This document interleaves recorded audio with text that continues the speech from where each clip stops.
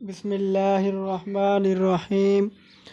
حضور صلی اللہ علیہ وسلم کا پہاڑوں کو سونا بنا دینے سے انکار۔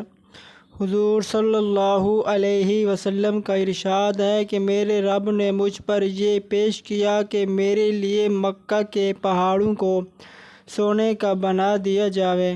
میں نے عرض کیا، اے اللہ، مجھے تو یہ پسند ہے کہ ایک دن پیٹ بھر کر کھاؤں تو دوسرے دن بھوکا رہوں، تاکہ جب بھوکا ہوں تو تیری طرف زاری کروں اور تجھے یاد کروں، اور جب پیٹ بھروں تو تیرا شکر کروں، تیری تعریف کروں۔